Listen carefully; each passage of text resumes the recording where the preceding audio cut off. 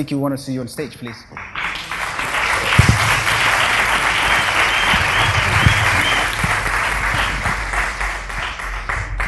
All right, Sister Vicky, thank you very much for taking out your time to join us on Uncensored.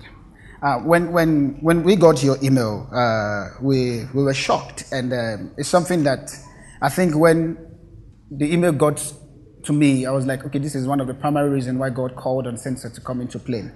With your experience, and please, for the sake of recording and for the sake of television, we will not mention some certain sensitive parts, but just parts of to advise the people on how to really go about what happened to you. I'll relate the issue in a short way. She was actually a lady who was serving under a ministry, and she was supposed to be promoted to a particular position. And because the pastor, who is the head of the ministry where she belongs, demanded her and said that until she'll betray her stand in Christ, in quotes, until the issue of sexual transaction is done, that she will not be promoted to the position. Okay, now back to you, ma'am. When you got that very particular feedback, when things was not going on well with you, when you got that very particular note or the very particular demand, how do you feel? I remember at first I was driving, like, okay, I was just in the office and the pastor he calls me because I was working as his PA. And you know, when you go through the wilderness, you have to step out of your zone and you know, you accept the job that you will be getting. So I was just in his office and he calls me and he says to me, go sit down on my chair in my office. Then I sit. And as I sit down, he says, I'll just have to be, you know, brutally honest. And he says to me, take off your underwear. And I'm like, okay, what do you mean by that? And he says, okay, I shocked you.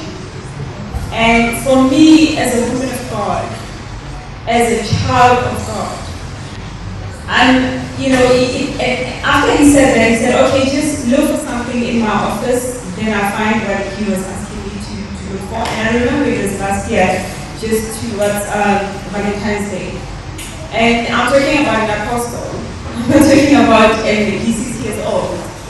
And he's a man of God. Lots of men in South Africa, they have served under him. And you know, you come out from a different church, because you know when you have to serve, you get a job.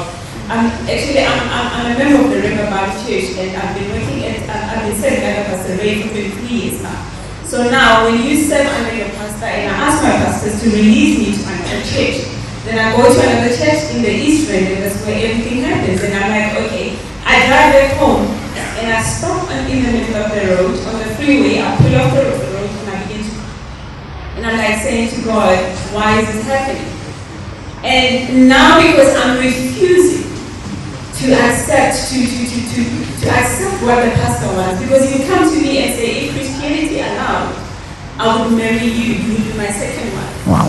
And he would tell me that, do you understand why did I choose you of all the women?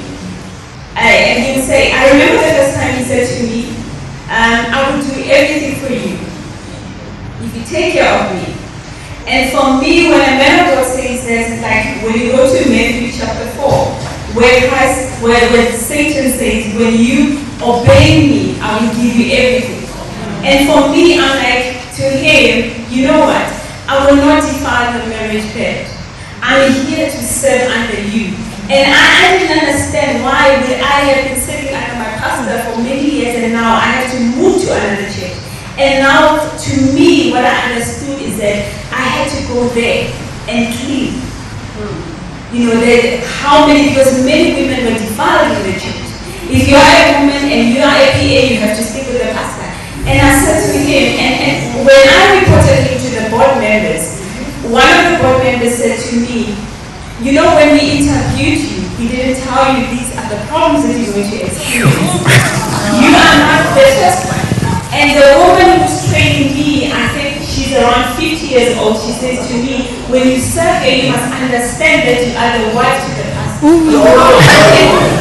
me, and I'm like, okay, I'm the wife to the pastor, and she says to me, whether you like it or not, You have to know what your pastor, the pastor sits there, I'm sitting in his office and they say to me, you have to know the kind of underwear he has to wear. You have to know what he has to eat. You have to cook for him. I'm used to it and I refused. And I said to him, I'm not here to cook for the pastor. Where is his wife? If you have to cook for him, I cannot do that. And I sat down with him in his office and I sat down and I said, do you understand? He was more like a father to me, to understand my point. He was more like a father to me before I went there. He's a man who understands where I come from. And for him, knowing that I have been abused as a child and wanting him to come in and you know, to want to define me. And I said to him, I'm sold out for Christ. It's understanding who you are as a child of God. If you are sold out for Christ, and I said to him, you know what? You know when you go to Bible school, I think the pastors will understand, when you go to Bible school, it's like you're going into your wilderness, where everything around you has to be shaken. And you had, I lost my car. I had to wash myself, sitting home, not going to school. I had to be like Elisha. You know when Elisha had to purify the sheep, right? You have to eat the food that is about to rot. And I'm saying, I had to eat that. And I understand what is it to taste poverty. And now if you're offering me this, and for me, I cannot take it. Because you know when you take something, you know when God is the one who appoints you, nobody can put you down.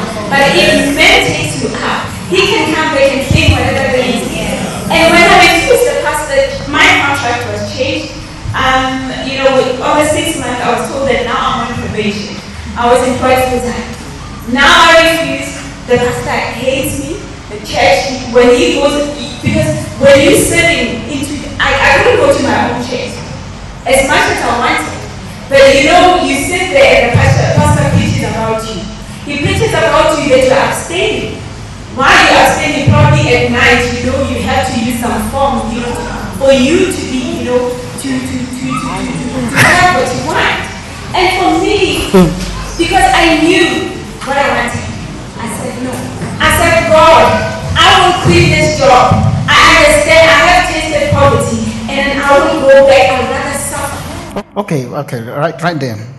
When you get to the point where you have to choose, because a lot of ladies at that very particular point in time where you were caught up that you have needs and stuff for you to meet, and now this is like an award for you to compromise.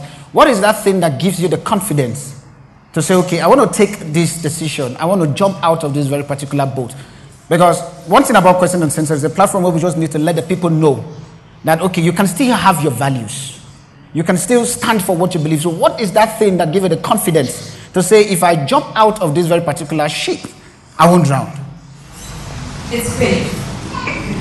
If I could pray for the food that I was about to rot, and when my child eats it and says, Mommy, the food tastes good, the same God can still do it for me.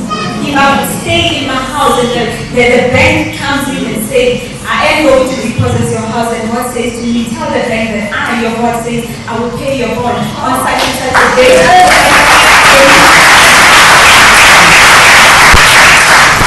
And on exactly the same day, somebody knocks at my door and says, God says I must give you this. The same God was about to do it for me. So I understood, because I was grounded.